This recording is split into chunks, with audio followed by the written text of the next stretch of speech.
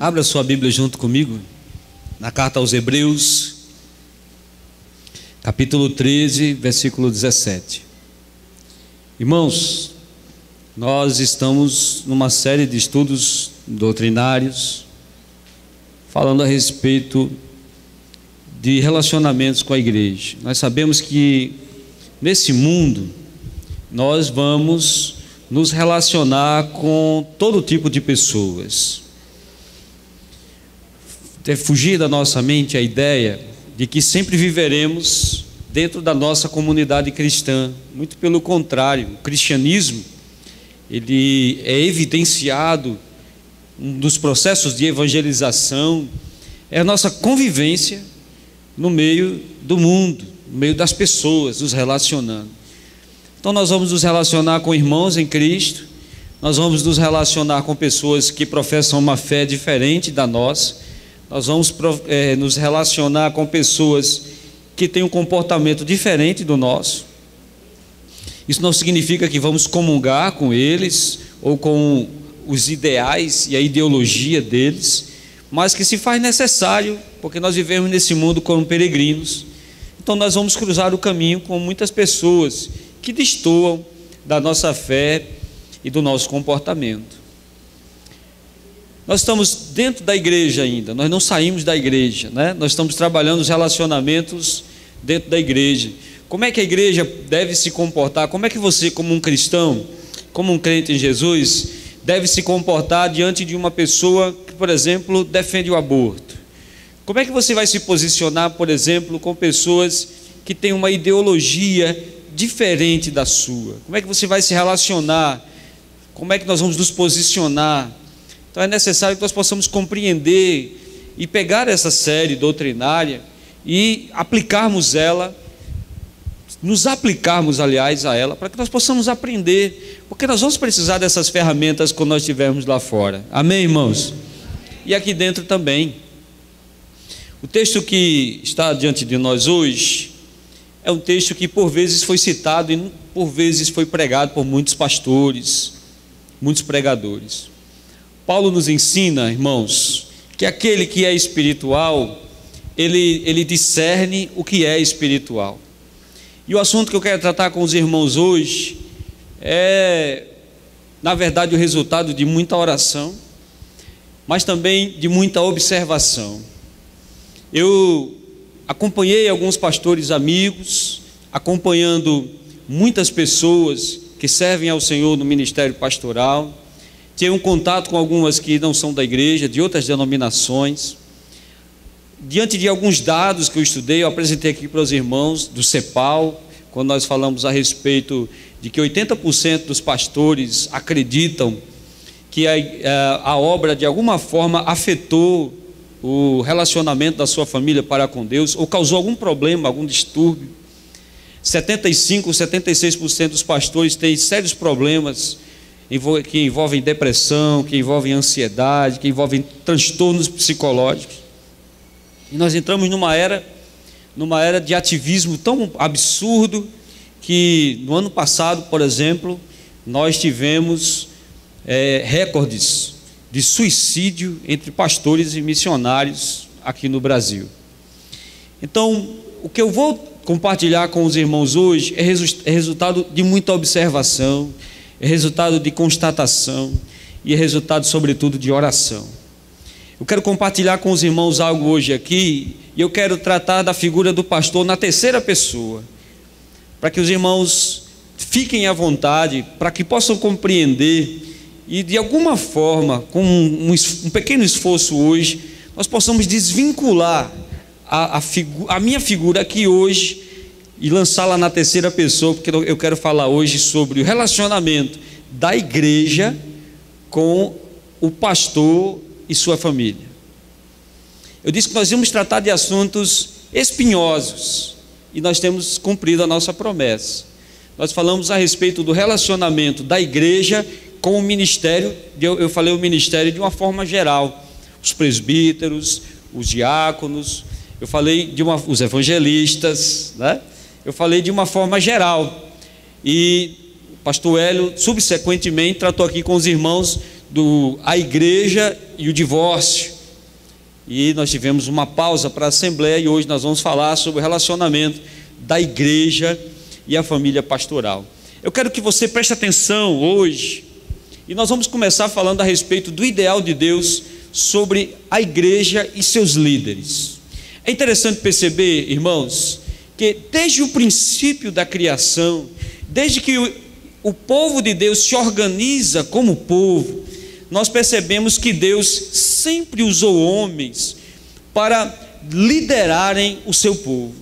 Quando nós vamos, por exemplo, irmãos, o início, a gênese de toda a criação, nós vamos ver que Adão foi o primeiro nesse processo de mordomia e liderança. Gênesis capítulo 1, verso de número 28, o texto diz: e Deus os abençoou e lhes disse: sede fecundos, multiplicai-vos, enchei a terra e sujeitai-a, dominai-a sobre os peixes do mar, sobre as aves do céu e sobre todo animal que rasteja pela terra. Deus coloca Adão como uma liderança instituída, como coroa da criação, para nortear, para servir como mordomo, liderando e fazendo com que a criação, irmãos, tivesse um aspecto de multiplicação sobre a terra. Ou seja, era responsabilidade de Adão multiplicar, encher a terra, sujeitar a terra, ou seja, liderar. E Deus instituiu esse princípio a partir de Adão. Então, no decurso da história bíblica, nós sempre vamos ver, por exemplo, os patriarcas, nós vamos ver os juízes, nós vamos ver os reis, nós vamos ver os apóstolos, nós vamos ver os bispos. Em cada fase da igreja, em cada fase do povo de Deus, em cada fase da história bíblica, nós sempre vamos ver Deus levantando homens para liderar o seu povo, para guiar o seu povo no decurso do seu curso natural para onde ele caminharia. Estão me entendendo? Diga amém. Veja, Pedro e João, veja bem, quando eu falo patriarcas, eu falo exclusivamente do Antigo Testamento. Nós vamos voltar para lá e nós vamos ver Abraão, nós vamos ver Isaac, nós vamos ver Jacó. Esses homens eram líderes das suas tribos e, consequentemente, tornaram-se líderes do povo de Deus. Nós caminhamos um pouco mais e vamos ver os juízes. Nós vamos ver que os juízes eram responsáveis, eram líderes civis que levavam o povo ao entendimento. A Bíblia diz que sempre quando um juiz morria, o povo um pouco que se perdia do que deveria ser feito, até que Deus levantava outro juiz e o povo voltava de novo ao curso normal do que Deus determinava. Nós vamos ver que logo após os juízes vieram os reis, e os reis, começando por Saul, eram homens ungidos por Deus para reinar sobre Israel. E tivemos bons reis e maus reis. Logo após esse período dos reis, nós vamos ver os apóstolos. E logo após os apóstolos, os bispos. Bispos, a nomenclatura bispo ou episcopo, ele pode ser traduzido tanto como pastores como presbíteros, que eram os homens responsáveis por liderar a igreja naquele momento, na igreja a partir do Novo Testamento. 1 de Pedro, capítulo 5, versículo 1, Pedro, escrevendo a sua carta, ele está fazendo uma petição aos presbíteros. Ele diz: rogo, pois, aos presbíteros que há entre vós, eu, presbítero como eles, e testemunha dos sofrimentos de Cristo. Pedro não se qualificava, não se nomenclaturava como um apóstolo. Pedro, quando vai escrever aos presbíteros da igreja, ele deixa bem claro, aos presbíteros da dispersação, ele deixa bem claro, ele diz: presbíteros assim como eu. Ancião, líder, bispo, episcopo, líder de uma determinada igreja, líder de uma instituição. Terceira carta de João, no verso 1, João ele diz: o presbítero, ele está falando a respeito dele mesmo, o presbítero ao amado Gaio, a quem eu amo na verdade. Então, nos últimos tempos, a igreja instituída, a igreja neotestamentária, ela passa a ser liderada por bispos, que nós podemos traduzir como pastores ou presbíteros, que eram líderes levantados nas igrejas, que eram líderes instituídos nas igrejas, para tomar conta de um povo, de uma determinada cidade, de uma determinada região. A Bíblia diz que Timóteo era um bispo, era um pastor. A Bíblia diz que Tiago, irmão de Jesus, era bispo em Jerusalém. Então, a palavra bispo, episcopo, pastor ou presbítero, como você bem desejar, ela é uma palavra muito presente. Paulo, sempre quando, no seu trabalho missionário, sempre quando instituía uma igreja, ele levantava ali um presbítero, um pastor, um bispo, para que ele assumisse aquele trabalho e ficava sob a supervisão do apóstolo Paulo. Você está me entendendo, irmão? Diga amém. Paulo entendia e aplicava esse princípio muito bem. Tito, capítulo 1, verso 5, prova isso que eu estou dizendo para os irmãos, quando ele escreve a Tito dizendo: por esta causa, Tito, eu te deixei em Creta, para que pusesses em ordem as coisas restantes, bem como em cada cidade constituísses presbíteros conforme te prescrevi. Em cada cidade. Ele está dizendo a Tito que deixou ele em Creta para que em cada cidade ele instituísse um presbítero, um bispo naquela cidade, um pastor naquela cidade. Então nós percebemos claramente que Paulo ele fazia o trabalho de plantação da igreja, e quando Paulo saía daquele determinado lugar, alguém assumia aquele trabalho para que aquele trabalho continuasse. Era o líder da igreja. Apocalipse, ao se referir aos líderes da igreja no Novo Testamento, as 7 igrejas, simbolicamente ele chama de anjos, aos 7 anjos das igrejas. Significa que o pastor seja um anjo, pelo amor de Deus. Ele usa a nomenclatura anjo. Alguns irmãos dizem: é o anjo da igreja, é o anjo da igreja. A gente fica até constrangido às vezes, né? O anjo. A gente tem anjo, algo tão divino, né? Mas ele vai tratar com esses homens como anjos, ou seja, anjo é o mensageiro de Deus para instituir a sua vontade ou falar algo da parte de Deus. Então ele está dizendo aos bispos, aos anjos das igrejas. Então não é novo esse processo. O processo de se ter um líder não é novo.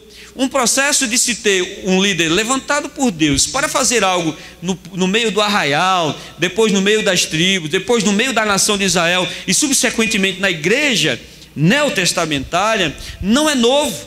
Isso não foi inventado pela igreja evangélica, isso não foi inventado ontem, isso não foi inventado depois da reforma protestante. Não, isso já existia. Isso sempre existiu. Nós vamos ver na história grandes homens de Deus, como Policarpo, por exemplo, que lideravam igrejas e que foram mortos na perseguição por causa desse ofício que eles representavam. Eu quero pedir aos amados irmãos que me ajudem agora, e eu quero pedir a você que abra sua Bíblia em Jeremias, livro do profeta Jeremias, capítulo de número 1, versos 5 em diante. Nós vamos ver que esses líderes que guiavam o povo no decurso da história, esses líderes, eles eram levantados pelo próprio Deus. Deus é quem levantava esses homens, chamava esses homens para fazer uma determinada obra. Jeremias, capítulo 1, versículo de número 5, ele diz: antes que eu te formasse no ventre materno, eu te conheci. Antes que saísses da madre, te consagrei e te constituí profeta às nações. Então disse eu: Senhor Deus, Senhor Deus, eis que eu não sei falar, porque não passo de uma criança. Mas o Senhor me disse: não digas, não passo de uma criança, porque a todos a quem eu te enviar, irás, e tudo quanto eu te mandar falar, e tudo quanto eu te mandar, falarás. Não temas diante deles, porque eu sou contigo para te livrar, diz o Senhor. Depois estendeu o Senhor a mão, hoje está terrível, viu? Depois estendeu o Senhor a mão, tocou minha boca e disse: eis que ponho na tua boca as minhas palavras. Olha que hoje te constituo sobre as nações e sobre os reinos, para arrancar e derrubar, para destruir e arruinar, e também para edificar e para plantar. texto que está diante de nós é o chamado do profeta Jeremias. Quando Deus claramente evidencia um chamado, irmãos, que vai além do nosso entendimento, quando ele diz: antes que se formasse no ventre, lá na madre da tua mãe, eu já te conheci. E desde já eu te constituí como profeta para as minhas nações. Veja, olhe para cá, Deus chamou Jeremias. Se nós podemos questionar Jeremias pelo comportamento de Jeremias, se você olha a Bíblia, você vai ver o livro de Jeremias e o livro de Lamentações, você vai ver que Jeremias era um sujeito extremamente chorão. Era conhecido como o profeta chorão. Então você pode questionar os métodos de Jeremias, você pode questionar Jeremias, você pode não gostar do livro de Jeremias, mas uma coisa você não pode negar: Deus chamou Jeremias. Chamou. O chamou e ele disse: eu vou colocar a palavra na tua boca. Você vai ter poder para destruir e para construir, para arrancar e para plantar. E a palavra tem esse poder. Amém, irmão? Amém. Tem o poder de destruir e o poder de construir. Lucas capítulo 6, versículo de número 13. Vê se você está afiado na Bíblia hoje, irmão. Diz assim: você achou? Diga amém. Amém nada, hein? Lucas capítulo 6, versículo 13. E quando amanheceu, chamou a si os seus discípulos e escolheu 12 dentre eles, aos quais deu também o nome de apóstolos. Diante de todo o grupo que o seguia, ele chamou esses discípulos para si e separou para si 12. Então veja bem, meus amados irmãos, os textos que eu estou citando para os irmãos são muito claros e muito evidentes, no sentido, e eu poderia passar a noite inteira citando textos como Davi, quando a Bíblia diz que Davi, no pastoreio das ovelhas de seu pai, foi visitado pelo profeta e ali foi ungido criança para que no futuro se tornasse o rei, que está o maior rei que Israel já teve, rei humano, humanamente falando. Então o chamado, ele é de Deus. O chamado é vocacionado. Nós vamos falar para os jovens no mês de agosto, no mês de julho, nós vamos estar aqui no Congresso dos Jovens, nós vamos falar sobre vocação. É vocação. Existe, quando Deus chama alguém para alguma coisa, eu não estou falando dos homens, nós podemos ter pessoas que não são vocacionadas. Nós podemos ter pessoas em cargos elevados dentro das igrejas, nós podemos ter pastores, e eu conheço até alguns, que estão aí em alguns lugares, que eles foram levantados por algumas pessoas, mas eles não são vocacionados. Porque quando Deus chama alguém, Ele vocaciona essa pessoa para aquilo que Ele vai fazer. Diga amém, meu irmão. Então escute, deixa eu correr, porque a melhor parte eu vou correr aqui para o melhor da festa a gente chegar logo. Então, Deus sempre instituiu líderes nas igrejas, até naquelas igrejas que se dizem que não têm pastores, elas têm líderes que somente se trocam o nome de pastor, mas na verdade eles são responsáveis pela igreja, ou seja, eles são pastores. Nossos irmãos das igrejas locais são presbíteros. O presbítero Brivaldo, a sua nomenclatura, no regimento da igreja, nós o chamamos de presbítero. Mas a função que ele exerce na Bomba do Emetério é uma função de pastoreio. Ele pastoreia ali na igreja da Bomba do Emetério. Nosso evangelista Josué Costa, ele pastoreia a nossa igreja no Alto do Maracanã. Pastor, mas o senhor é o pastor? Regimentalmente, sim, eu sou o pastor.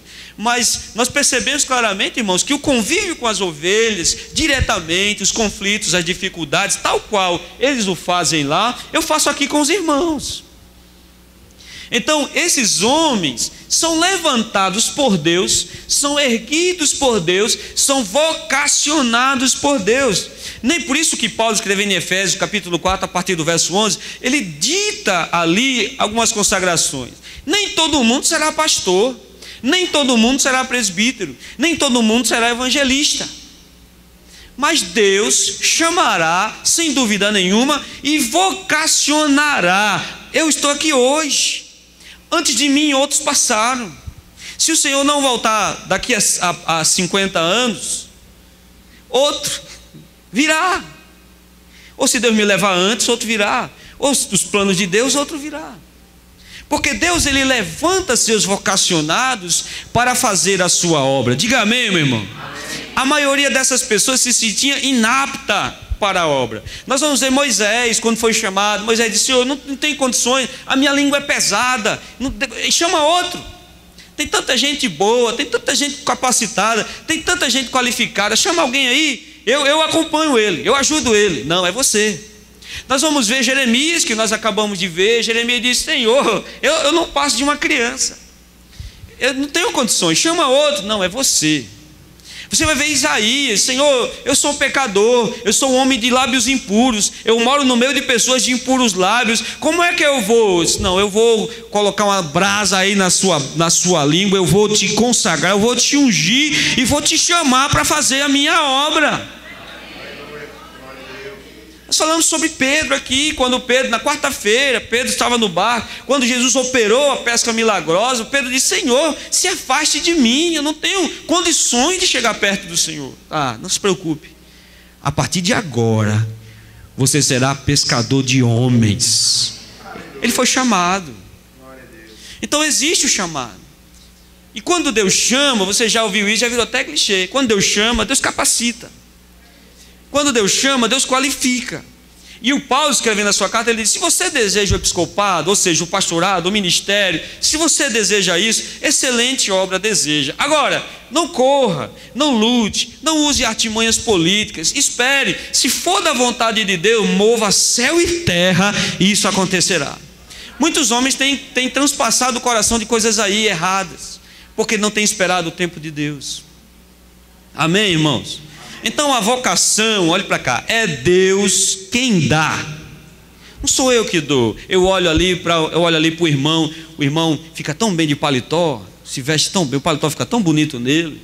O irmão tem uma Bíblia tão bonita, o irmão canta tão bem, tem uma voz tão bonita. Ele é presbítero. O irmão é tão carismático, ele é tão legal, todo mundo gosta dele. Ele dá para ser pastor. Ô meu amigo, olhe para cá. Se for assim, não dê um passo. Porque eu quero dizer uma coisa para você: é pesado com Deus. Quando Deus chama, ainda é pesado.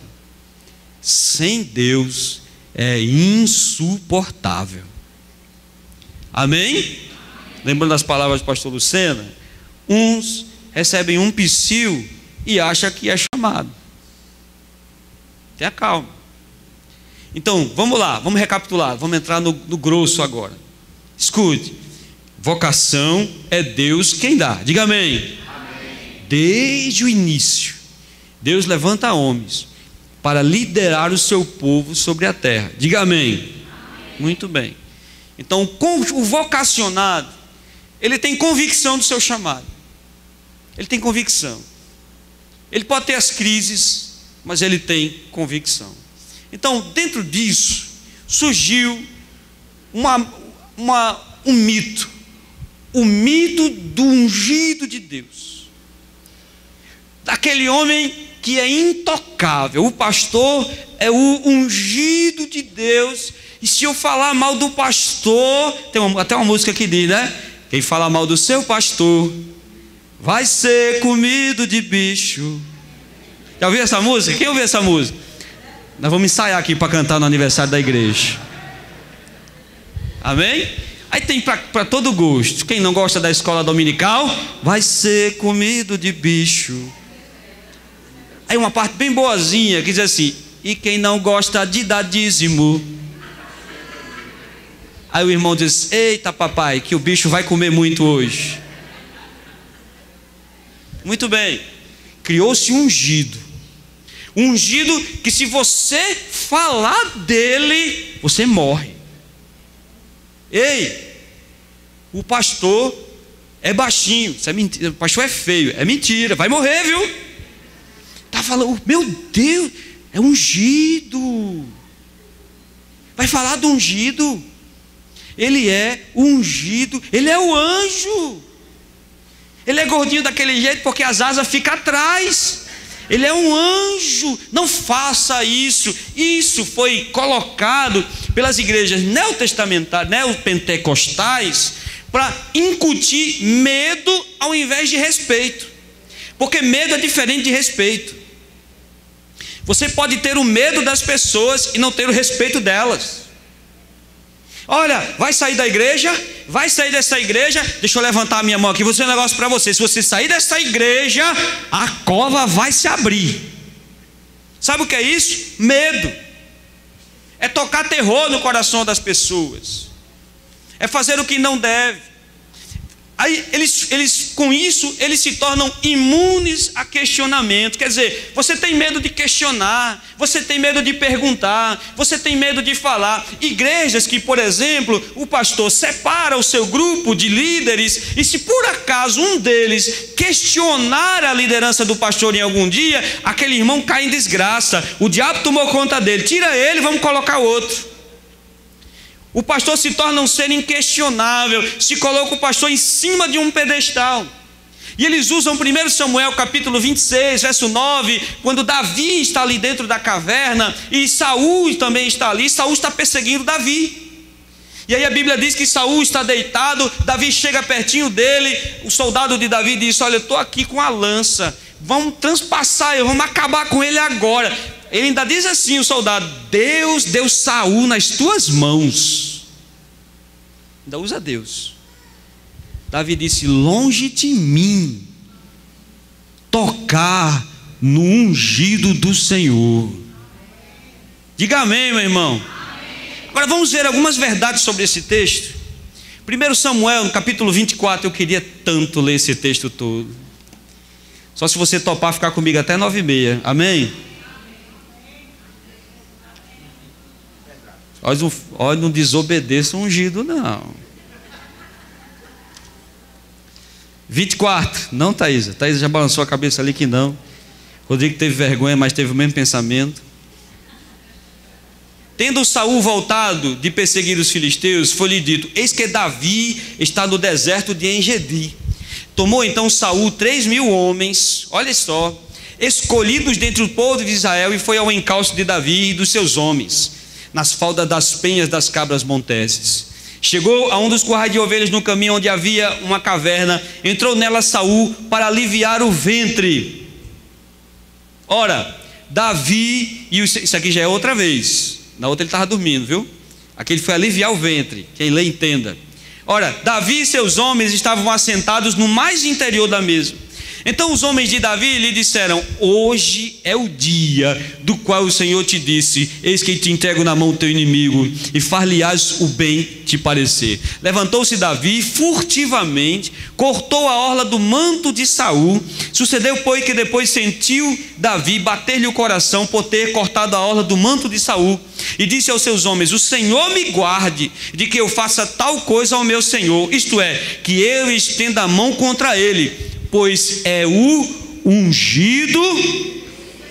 Com essas palavras, Davi conteve os seus homens e não lhes permitiu, ele não só não matou, mas segurou seus homens, que se levantassem contra Saul. Retirando-se Saul da caverna, prosseguiu seu caminho. Depois também Davi se levantou e, saindo da caverna, gritou a Saul, dizendo: escute o que é que ele vai falar para Saul: ó rei, meu senhor. Olhando para Saul para trás, inclinou-se Davi e fez-lhe reverência com o rosto em terra. Disse Davi a Saul: por que dás tu ouvidos às palavras dos homens que dizem: Davi procura fazer-te mal? Os teus próprios olhos viram hoje que o Senhor te pôs em minhas mãos nessa caverna, e alguns disseram que eu te matasse. Porém a minha mão te poupou, porque disse: não estenderei a mão contra meu senhor, pois é ungido do Senhor. Olha, pois, meu pai, vê aqui a orla do teu manto na minha mão.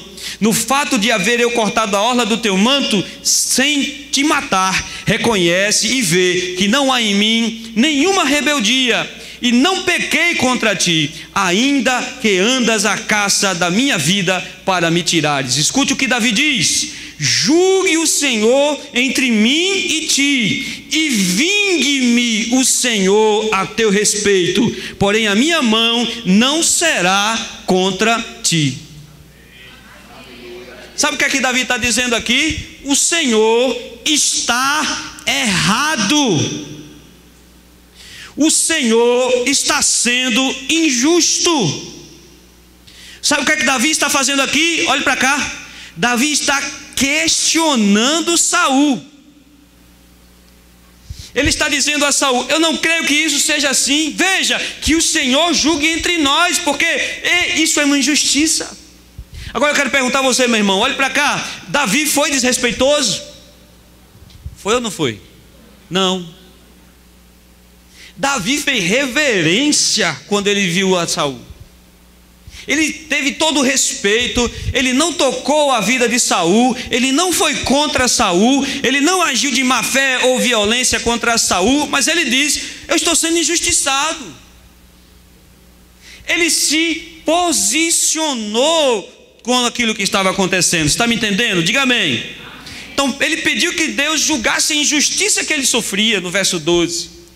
Ele respeita o rei, mas se coloca contra essa injustiça. Ou seja, eu não fiz nada. Ele foi respeitoso, e é isso que eu tenho ensinado na igreja todos os dias.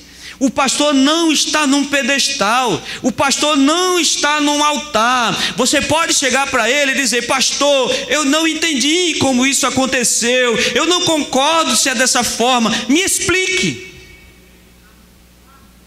Ao invés de sair para qualquer outro lugar, para conversar com outra pessoa e engolir o veneno que o mexeriqueiro vai lançar. Procure o seu pastor, não tenha intermediários entre você e o seu pastor. Vá na casa dele, vá no gabinete dele, procure ele e diga: pastor, como isso aconteceu? Porque a pior praga do mundo é intermediários. E eu tenho experimentado, meus amados irmãos, que o mexeriqueiro tem criado enormes contendas na igreja. E tem pintado a imagem do pastor que o pastor não é. Tem pintado a imagem de um pastor inalcançável, inatingível, que faz medo chegar perto dele. Faz medo. Ele deixou claro o seu posicionamento a Saul, sem desrespeitar Saul, sem ser violento com Saul, e Saul ficou sabendo o posicionamento dele. 1 Samuel capítulo 26, versículo de número 10. 1 Samuel 26, 10. Acrescentou Davi: tão certo como vive o Senhor, ele te ferirá, ou o seu dia chegará em que morra, ou que descendo a batalha seja morto. Ele está falando de Saul. Os irmãos estão me entendendo? Amém? Irmão, Saul era atormentado por um demônio. Já há algum tempo atrás, Samuel disse, quando Saul pega na orla do vestido e rasga, disse: olha, o teu reino ficou aí, acabou. Saul era desobediente, Saul era um pecador. Saul visitou uma feiticeira em Endor. Ele foi visitar uma necromante. Ele foi tentar fazer com que Samuel subisse da sepultura para falar com ele. Saul era um pecador. Saul já tinha caído. Mas Davi disse: eu não vou tocar, porque quem ungiu foi o meu Deus. Mas eu vou até ele. Eu vou até ele. Porque 90% das vezes que você forma uma ideia a respeito do seu pastor, 90% das vezes ela está errada. Ela é criada em um ambiente de pessoas maldosas que querem o seu mal, porque a forma principal de tirar da igreja é criar um atrito entre você e o seu pastor. Porque se você ficar com mágoa do seu pastor, todas as vezes que você chegar na igreja, o seu coração vai estar pesado. Porque a primeira pessoa que você vai ver sentado na sua frente ou lá na porta é o seu pastor. Porque todas as vezes que você imaginar igreja, você vai lembrar de quem? Do seu pastor. Acabou. O pastor disse que você é feio. Ah, ele disse? Beleza. Ah, é ungido. Se eu entrar no gabinete em pecado, meu pé cai. Não, pastor, venha cá. Eu fiquei sabendo disso e disso e disso e disso. Vem à fonte. Não deis lugar ao diabo. Se você der lugar ao diabo, a sua saliva vai se transformar em veneno e você vai morrer engasgado com seu próprio veneno. É isso que o mexeriqueiro quer. O mexeriqueiro quer que você fique doente. O mexeriqueiro quer que você fique murmurando com ele. Porque ele é mexeriqueiro, olhe para cá, porque ele já está doente. Ele precisa de tratamento. Ele precisa de um buscopan bem grosso, com chá de carqueja e sal grosso em cima dele, para que ele se converta. Porque, irmão, mexeriqueiro empresta a boca ao diabo. Você está me entendendo aqui? Diga amém. Ele se posicionou contra Saul, mas em nenhum momento você vai ver esse homem de Deus desrespeitando, sendo violento. Irmãos, ele segura os soldados e diz: não toque nele. Se ele fosse como alguns, ele dizia assim: eu não boto a mão, mas se vocês fizerem aí, desce a lenha aí, eu não faço nada, ele é ungido. Não, vocês não vão tocar nele. Deus, vai chegar a hora que Deus vai tomar providência. Mas olhe para cá, Saul, o senhor foi injusto. Eu não agi contra o Senhor, eu não estou fazendo nada, eu só quero viver em paz. Você entendeu essa parte? Diga amém. Abra sua Bíblia bem rapidinho. Oh meu Deus, vamos dar essa doutrina para o sábado, né, irmão? Que a gente fica até 1 Timóteo capítulo 5, verso 19. Olha o que é que Paulo diz. Paulo está falando dos presbíteros, aqui pastores, bispos. Você me entende? Diga amém.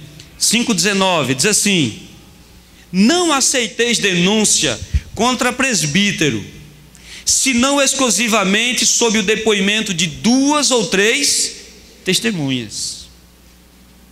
Eu acho interessante, irmão, o pastor tal fez isso, pastor. O presbítero tal fez isso, pastor. Irmão, vamos lá, vamos conversar com ele. Não. 2 ou 3. Agora vai lá para o verso 20, que aí você cria, olhe para cá, o ungido. Não se toca.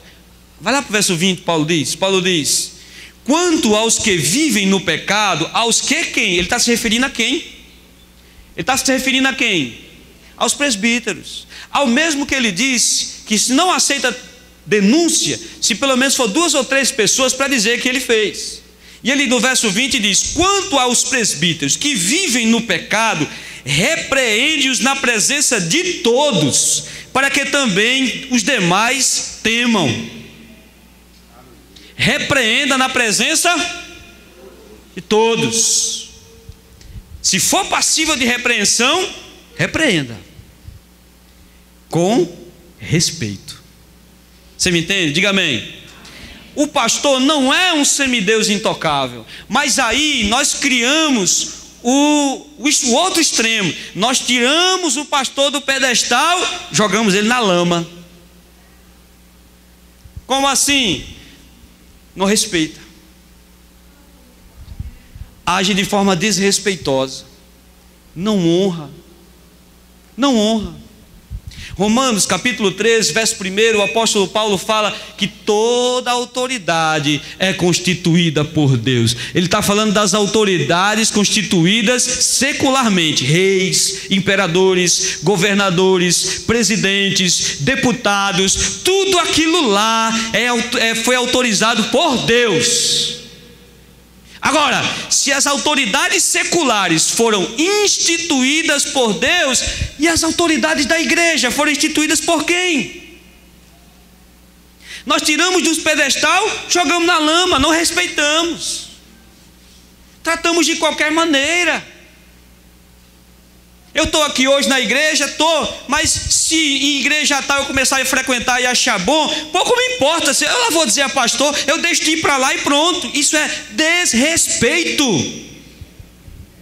É desrespeito com quem orou por você, por quem lhe discipulou, por quem velou pela sua alma, por quem te visitou, por quem de alguma forma ajudou que você se estruturasse da forma que você está. É desrespeitoso. É desrespeitoso você sair da igreja e mandar uma mensagem de WhatsApp. É uma desonra, porque quando você precisa de oração, você não manda de WhatsApp. é desrespeitoso, é desonroso. Então as pessoas migraram, tiraram o pastor do pedestal e jogaram ele na lama. É um Zé Ninguém. Não precisa de nada disso não. Despreza princípios básicos de liderança: respeito, honra e amor. 1 Coríntios capítulo 3, verso 1 ao 4, Paulo diz: ainda que eu fale a língua dos homens e dos anjos, ainda que eu faça tudo, dê meu corpo para ser queimado, dê meus bens aos pobres, eu faça tudo isso, se eu fizer sem amor, não adianta de nada. Então despreza os princípios da liderança. Veja, o meu pastor deve ser o meu referencial. O meu pastor sempre foi o meu referencial. Eu não estou querendo que você fique olhando para mim, embora que o texto bíblico diga que você deve imitar a fé do seu pastor. A Bíblia não manda você imitar a fé daquele que você viu na televisão. A Bíblia não manda você imitar a fé daquele cantorzinho que tem fitinha no cabelo, cheio de tirinha de couro no braço e anel no dedo. A Bíblia não manda você imitar aquele sujeito que está cheio de tatuagem, todo bonitão, cantando Jesus é lindo, Jesus é beautiful. Porque você não conhece ele, você não sabe onde ele está, você não sabe o que ele faz, você não sabe o que ele sai em oculto. Você conhece o seu pastor. Por isso que a Bíblia diz: a fé deles imitai. Então meus pastores sempre foram minha referência. Eu sempre quis pregar como eles, eu sempre quis caminhar com eles, eu sempre quis estar próximo deles, e sempre, pela graça de Deus, sempre estive próximo. Sempre dos meus pastores eu fui próximo, não porque eles me buscassem, sempre porque eu queria estar perto deles, queria ajudá-los. Se o pastor Márcio vier aqui, você pode perguntar a ele. O pastor Joenildo vier aqui, você pode perguntar a ele. Eu sempre estava com eles, sempre os defendi, porque eram minhas referências. O pastor Joenildo é minha referência de dedicação a Deus, de oração, de labuta, de busca ao Senhor. Ele sempre foi. Você pode questionar qualquer um desses homens, mas foram homens que se dedicaram a Deus. Pastor Márcio, meu pastor, morava no fundo da igreja. Quem foi a Mossoró nos primeiros dias? Hoje você vai à igreja, vê a igreja bonita, mas a igreja tinha uns quartinhos lá no fundo, que em Mossoró, quando bate dezembro, é um calor que, se você jogar um ovo na calçada, ele frita lá, se você nem acender o fogo.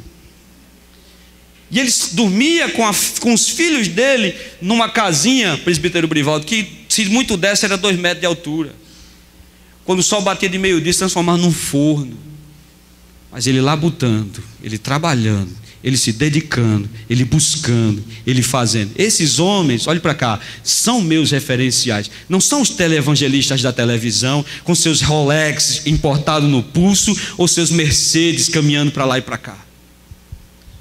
Não são esses cantorezinhos agitadores que você se anima e bota lá no Facebook: Jesus é lindo, fulano. A Bíblia diz que o meu referencial é Hebreus capítulo 13, versículo 7. Diz o quê? A Bíblia diz, Hebreus 13, 7: lembrem-se dos vossos pastores, os quais vos pregaram a palavra de Deus, considerando atentamente o fim das suas vidas. Imitai a fé que tiveram. Aleluia. Desmistifique o pastor, ou seja, tire ele do pedestal, mas não jogue ele na lama. Desmistifique ele não é o Deus encarnado, ele não é o Ra encarnado, mas ele também não é um criminoso. Não deve ser visto com desconfiança. Porque, olhe para cá, as autoridades são constituídas por Deus. Eu disse aqui para você e provo: esse mito do ungido intocável não existe.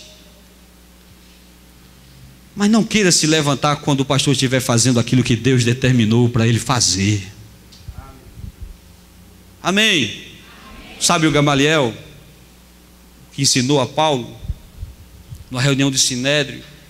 Disseram: olha, esses homens aí, rapaz, a gente solta, eles voltam para pregar, eles estão, vamos dar a surra neles, vamos mandar matar. Gamaliel disse: calma. Se for Deus, se não for de Deus, essa coisa que eles estão fazendo aí vai morrer. Mas se for Deus que estiver na vida desses homens, olhe para cá, Se vocês contenderem contra eles, vocês vão estar contendendo contra Deus. Você me entendeu? Diga amém. Então o pastor não é um mito, ele não está num pedestal, diga amém. Mas não bota ele na lama. Vamos tratar com respeito, vamos tratar com honra, vamos tratar com equidade. Esse é o comportamento da igreja para o seu pastor. Eu vou provar para você agora, irmãos, a necessidade da igreja se envolver com o seu pastor e a sua família. Você tem que prestar auxílio ao pastor em suas lutas. O texto de Hebreus, capítulo 13, verso 17, olhe lá. Diz assim: obedecei aos vossos pastores, sede submissos para com eles, pois velam pela vossa alma. Até aí tudo bem. Aí ele diz: como quem deve prestar contas, para que façam isso com... Esse texto está ligado ao início do verso 17. Obedeçam para que ele sirva com... repita comigo. Para que ele sirva com quê? Alegria. Porque se o pastor não servir com alegria, servir gemendo, isso não terá proveito a vós. Ou seja, por muito tempo nós entendíamos que é o pastor. A igreja está boa, é Deus, aleluia. Diga amém.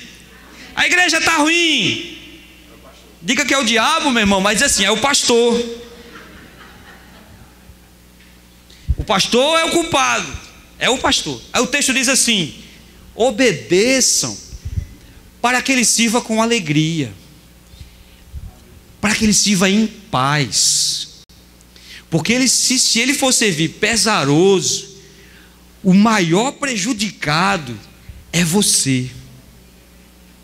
Se eu subir nesse altar para pregar com meu coração pesado e rancoroso, o maior prejudicado, além de mim, lógico, vai ser você. Se eu servir gemendo, sem vontade, ou seja, se eu servir por servir, o maior prejudicado é você. Você entende isso? Diga amém. Amém. A centralização, eu acho que não vai dar para terminar hoje. A melhor parte vai ficar para terça. A centralização causa males. Olhe para cá, irmão. Quando nós olhamos para esse texto, nós entendemos que existe uma parceria de pastor com a igreja, um ciclo virtuoso. Ou seja, o pastor cuida da igreja, a igreja cuida do seu pastor. E aí o pastor fica em paz para trabalhar, ele cuida melhor da igreja, consequentemente a igreja... fale aí, pelo amor de Deus. Cuida bem do seu pastor. É um ciclo virtuoso. Você está me entendendo? Diga amém. Isso não significa que se o pastor levar umas varadas de vez em quando, ele vai deixar a obra. Não. Ele está dizendo que a igreja também é responsável pelo seu pastor. Êxodo capítulo 18, verso 13 ao 27. Nós não vamos ler. A Bíblia diz que Jetro vai chegando. E aí Jetro vê uma cena inusitada. Ele vê Moisés. Jetro era sogro de Moisés. Ele vê Moisés sentado embaixo de uma árvore. Ele vê uma fila quilométrica de pessoas para que Moisés julgasse a causa de cada um. Sabe o que é isso? Olhe para cá. Não converse com o irmão que está do lado não. Olhe para cá. É a centralização. Ou seja, tudo no líder. Tudo no pastor. E nós temos essa cultura. Quer que eu prove? Amém? Quer que eu prove? Sim ou não? Ele diz assim, você diz assim: fulano se afastou. Pastor visitou?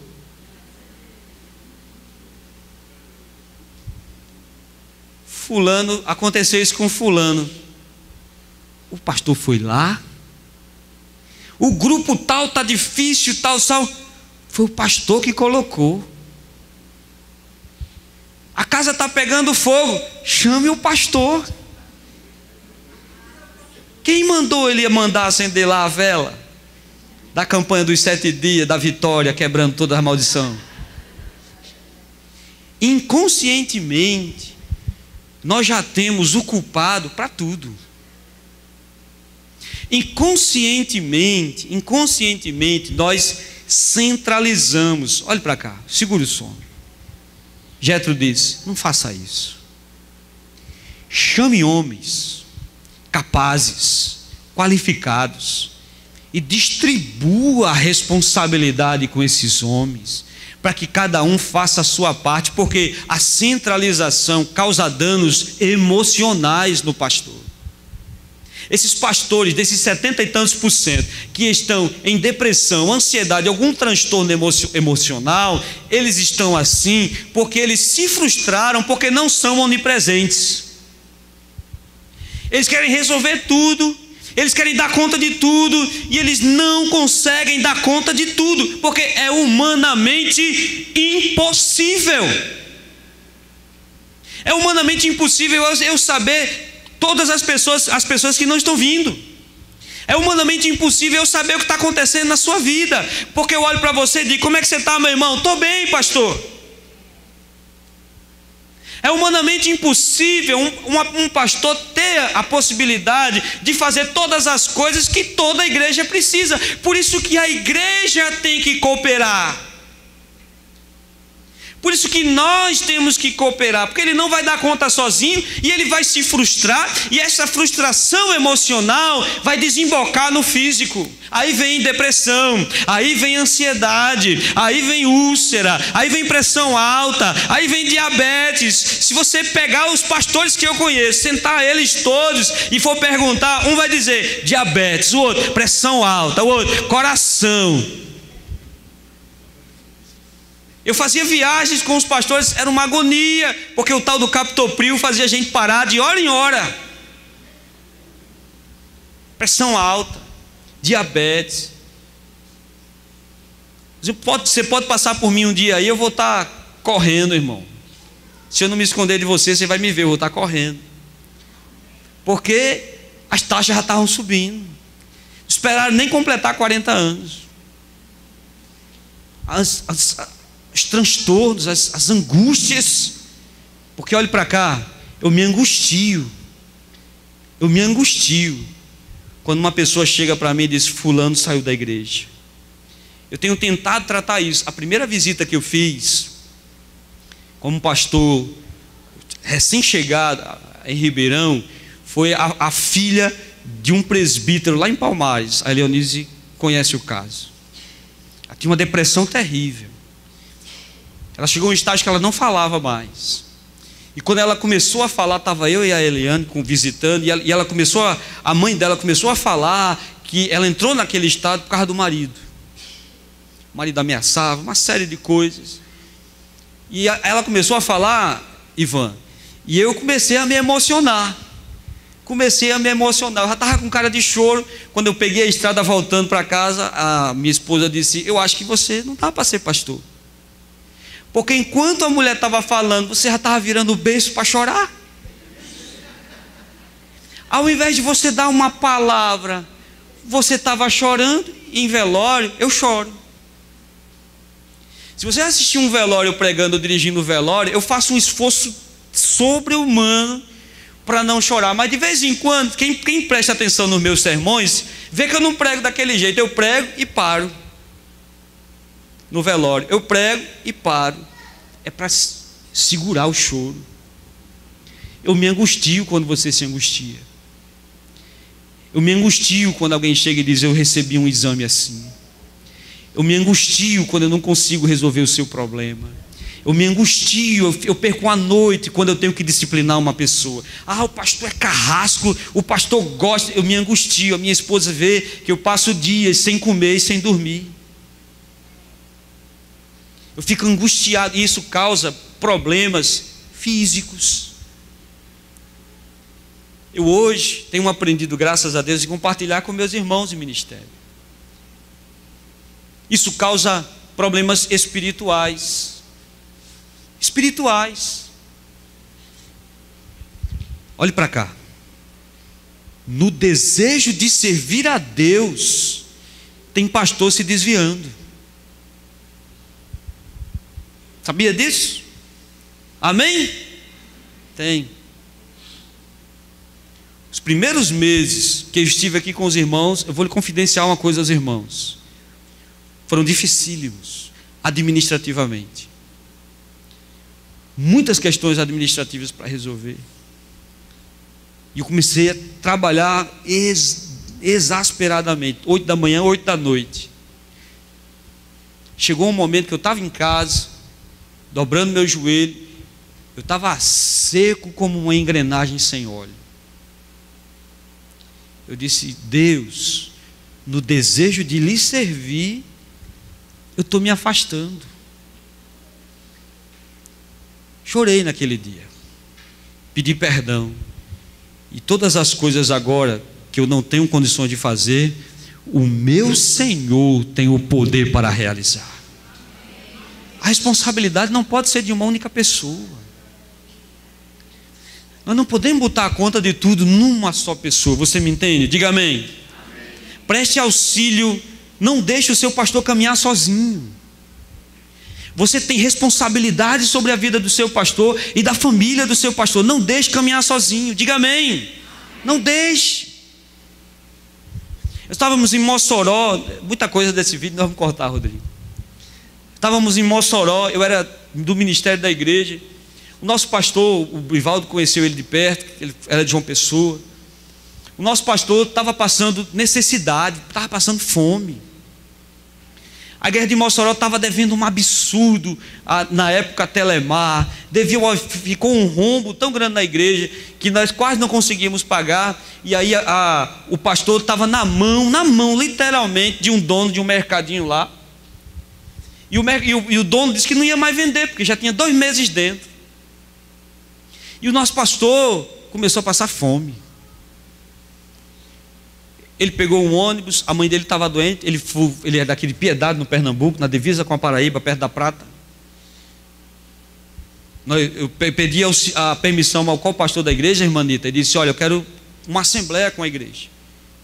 Eu ainda me lembro hoje, Elionise, as palavras que eu disse naquela assembleia. Eu disse: irmãos, nós trouxemos uma família de Pernambuco para cá.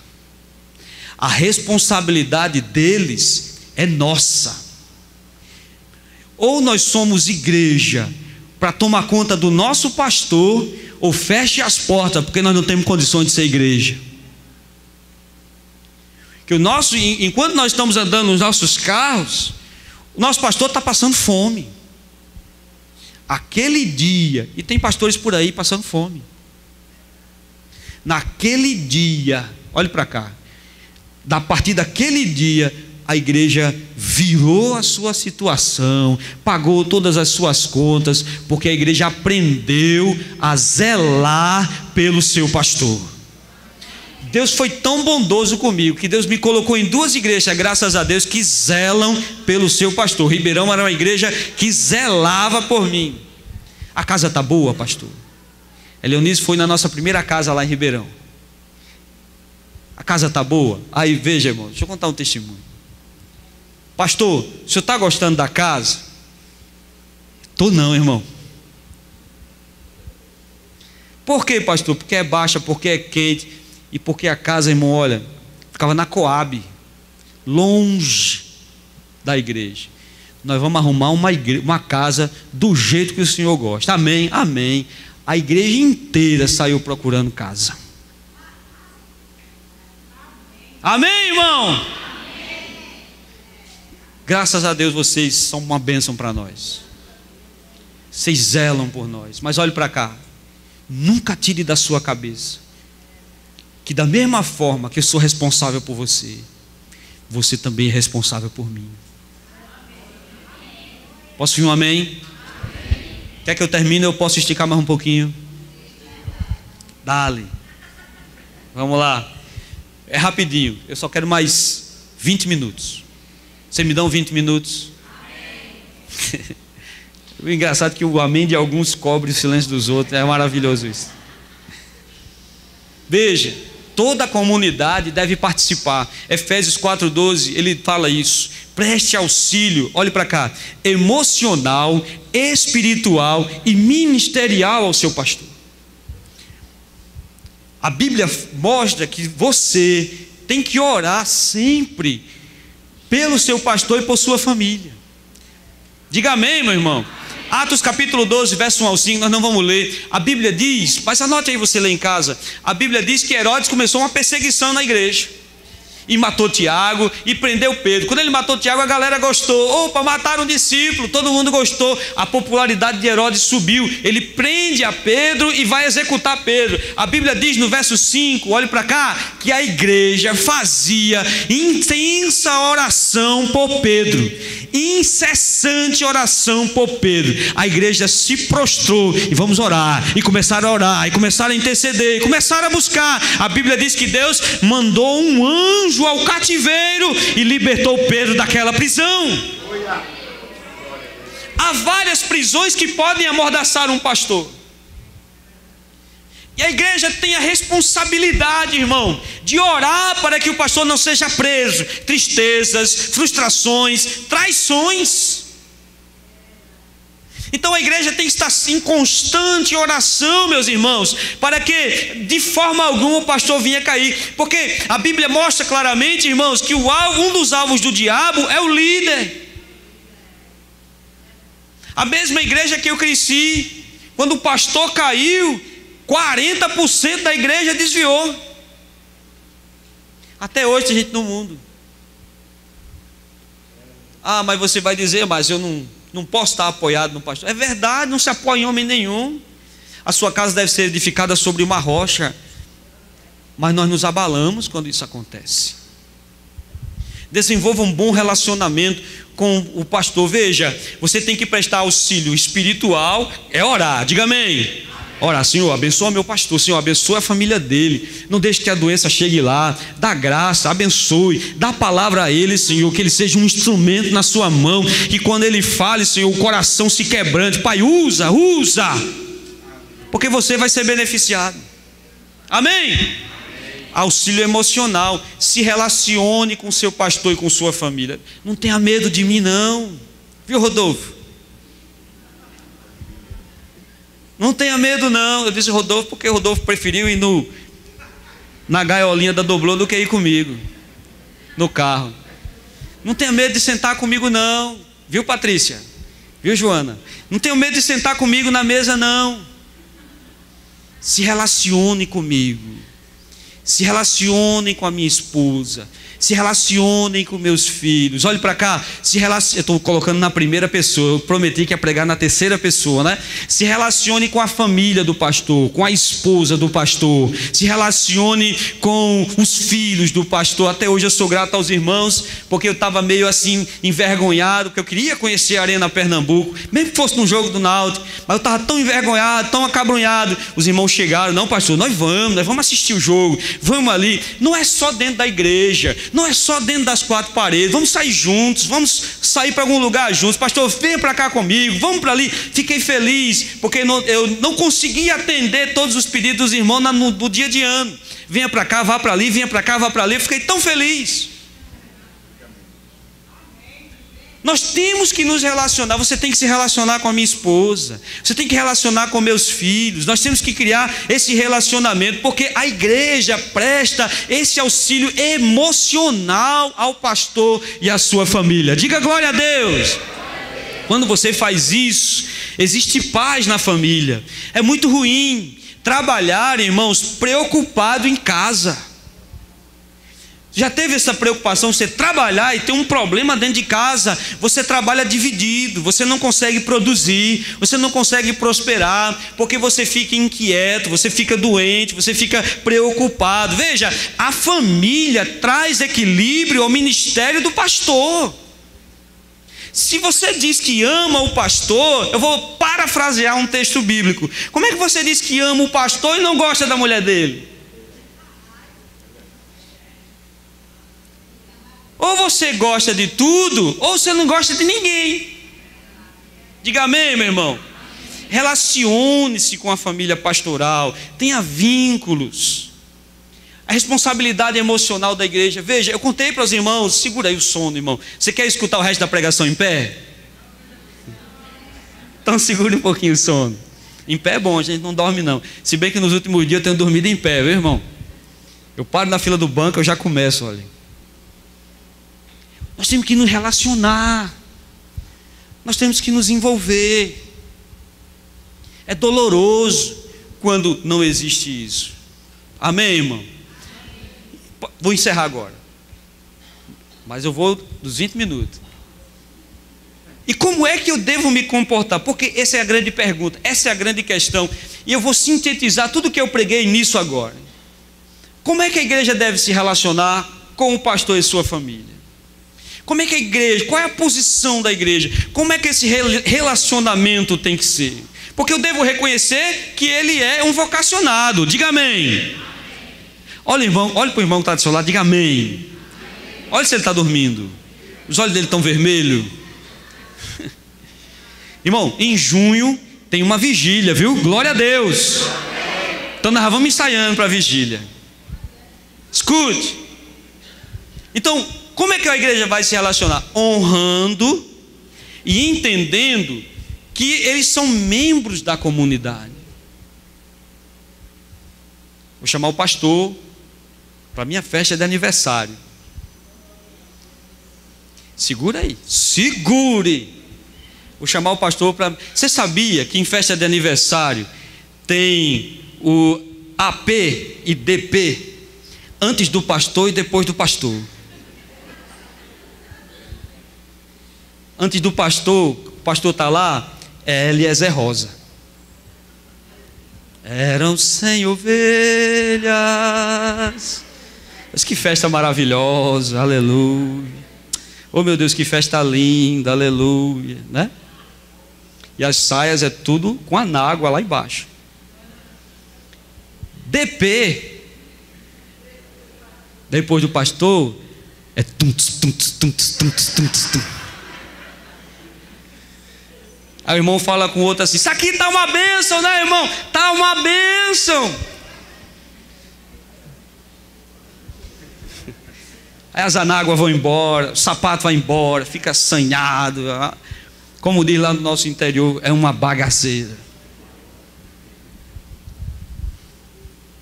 Eu faço parte da comunidade, olhe para cá, eu sou membro da Igreja de Cristo Pentecostal no Brasil, Campo de Água Fria. Meus filhos são, minha esposa, mesmo que você olhe, às vezes a gente olha o pastor como líder, mas ele é membro da igreja. Eles não precisam ser temidos, eles precisam ser honrados e respeitados, sem exigir direitos. O Natan pequenininho assim, nós chegamos, nós estávamos no Maracanã, acho que ainda era o presbítero Misael que estava dirigindo, eu me lembro, e estávamos num culto, não sei se era a inauguração, era um culto no Alto Maracanã, e nós estávamos todos lá dentro, e o Natan estava fora. O Natan ainda era bem pequenininho, não vão tirar onda com o Natan não, era pequenininho. Aí o Natan lá fora correndo, nunca foi do feitio dele, mas nesse dia ele estava. A diaconisa Carmen, que não veio hoje, a diaconisa Carmen disse: meu filho, entre. Aí ele deu uma carteirada: irmã, eu sou filho do pastor.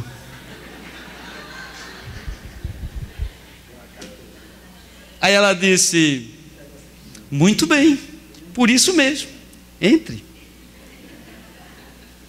Eu não quero, agora eu vou falar na primeira pessoa, eu não sei se os outros fazem isso, eu quero falar. Eu não quero que minha família tenha direitos a mais do que ninguém. Eu não quero que minha família sente nos primeiros bancos. Eu não quero evidência. Eu não quero honra. Na minha posse, o presbítero Misael ligou para mim e disse: pastor, está aí a programação, lembra disso? Tinha uma cadeira lá no meio, lembra? 2 cadeiras.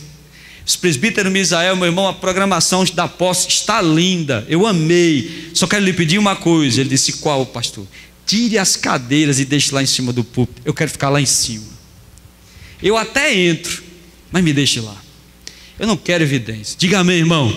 Meu aniversário vem aí, viu? Eu estou dizendo porque está lá na escala. Eu vou pedir, vou convidar um culto de ação de graça. É 40 anos, não é todo dia que você faz 40 anos. Amém? Eu já chamei o irmão que vai dirigir e disse: olha, eu não quero caqueado. Caqueado. Ah, o pastor é isso. o pastor é aquilo. Bem, eu não quero, eu quero dar graças a Deus porque eu estou no meio de vocês, eu quero celebrar com vocês. Minha família está longe, não vai vir, vocês são minha família. Eu não quero honras, irmãos. Eu quero ser honrado pelo aquilo que Deus colocou na minha mão. Eu jamais permitirei que desonre aquilo que Deus colocou na minha mão. Jamais. Não é por mim, é pelo que Deus me deu. Diga amém. Mas também eu não quero que você coloque deveres. Porque é a esposa do pastor, tem que estar em SAFP, tem que estar nisso, tem que estar naquilo, tem que estar naquilo. Porque é a esposa do pastor, tem que vestir isso, tem que vestir aquilo. Uma vez eu estava um pouco assim na carne. Aí disseram assim: olha, pastor, é porque tem coisas aí. E fazia assim, sabe? Seu irmão, venha cá. Quantas vezes eu cheguei para o irmão, para o senhor, e disse como sua esposa tem que se comportar.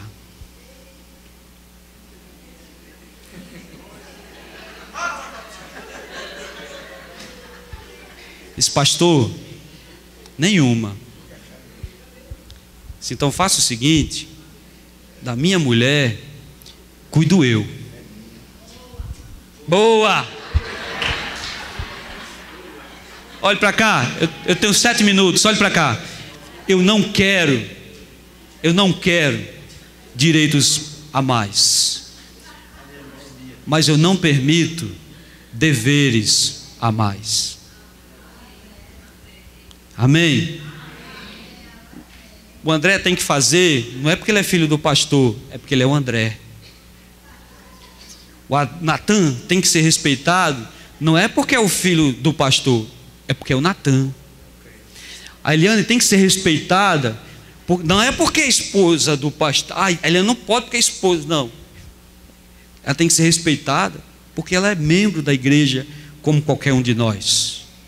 Então eu não quero nada mais, mas também não permito que se cobre nada mais. Eu vou encerrar com um texto. Vou encerrar assim, vou ler o texto, nós vamos explicar e nós vamos encerrar. 1 Timóteo capítulo 3, verso 1 ao 7. Fiel é a palavra. Se alguém aspira o episcopado, excelente obra almeja.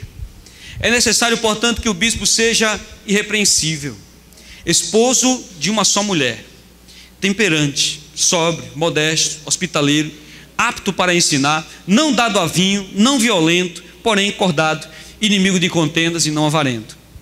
Olhe para cá. Que governe bem a própria casa, criando os filhos sob disciplina, com respeito. Versículo de número 7. Pelo contrário, é necessário que ele tenha bom testemunho dos de fora, a fim de não cair no opróbrio. Veja, quando eu chego para você e digo que eu não quero nada além do que lhe é direito, eu sei que a família pastoral, querendo ou não, o texto está aqui diante de nós. Olhe para o versículo de número 1, ele diz, versículo de número 2, perdão. Esposo de uma só mulher, ele está falando da família do pastor. Ele diz que o pastor tem que ser marido de uma só mulher, ou seja, casado, e que governe bem a sua casa. Ele está falando dos seus filhos. Ele está falando da família pastoral. A família do pastor, ela é evidenciada, é normal. É normal. Eu não estou me contradizendo. Eu disse que eu não queria direitos e deveres. Eu estou dizendo agora que eles são evidenciados. Lógico que são. Lógico. Mas eu quero que os irmãos entendam isso. Aqui eles são evidenciados, na verdade, toda a responsabilidade recai sobre o bispo, sobre o pastor. Ele está dizendo, é necessário que ele seja esposa de uma só mulher. É necessário que ele domine a sua casa. É necessário que ele tenha bom testemunho. Veja, em nenhum momento se cobra da sua família. Todo momento se cobra dele. Você concorda comigo? Diga amém. Amém. É evidenciado. É evidenciado.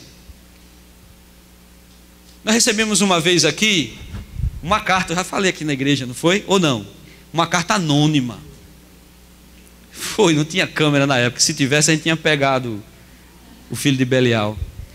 Ele botou uma carta anônima. Aí disse: você, falando de Eliane, fica desfilando na igreja. Eu fico desfilando porque eu peço, não porque fique desfilando. Eu cumprimento os irmãos. Nós temos que falar com todos os irmãos. Eu vou lá para a porta, não é para ficar mais bonito do que os outros. Eu vou lá para a porta, ou quando o culto termina, eu corro lá para o portão ali. É porque quem eu não pego na entrada, eu pego na saída. Sacou aí, irmão? Se eu não pegar ali no começo, eu pego na saída. Aí teve um dia que eu percebi que o fluxo estava indo muito para cá, eu fui para cá. Então eu digo: você tem que falar com todo mundo. Você tem que cumprimentar todo mundo. Chegou aqui, não tinha nada, desgraçado. Foi tanto insulto, irmão. Mas Deus vai dar a recompensa dele. Vai dar uma... Enfim, vamos lá. A igreja deve honrar, eu vou encerrar, prometo, tanto a família quanto ao pastor. Irmão, eu quero reconhecer uma coisa aqui, olhe para cá. Às vezes eu sou difícil. Às vezes eu sou difícil. Amém? Amém, irmão? Amém. Jesus! Eu reconheço isso. Mas olha, da mesma forma que às vezes eu sou difícil, você também às vezes é difícil. Nós temos que nos relacionar. Eu vou encerrar. O texto que nós lemos mostra uma mutualidade. E agora eu prometo, vou encerrar. Mutualidade. Eu cuido dos irmãos, eu oro pelos irmãos. Todos aqui junto comigo, mas hoje é o pastor, a figura que está sendo ministrada. Eu prego para os irmãos, eu ensino aos irmãos. Não é fácil, irmãos. Mas eu quero pedir uma coisa a vocês. Isso aqui hoje, eu vou encerrar esse culto hoje com um apelo à igreja. Não é que a igreja não esteja fazendo, não.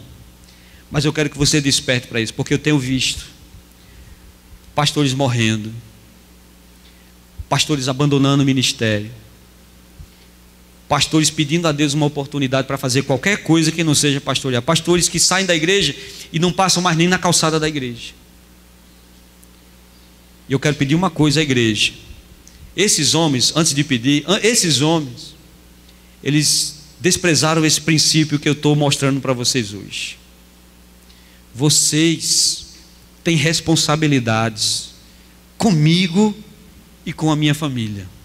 Eu estou falando de responsabilidade material, longe disso. Estou falando de responsabilidades espirituais, responsabilidades emocionais. Nós precisamos de vocês.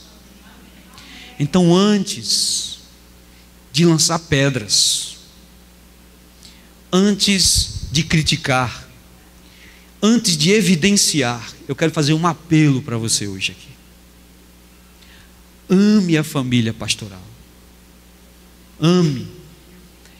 Nós precisamos do afeto de vocês.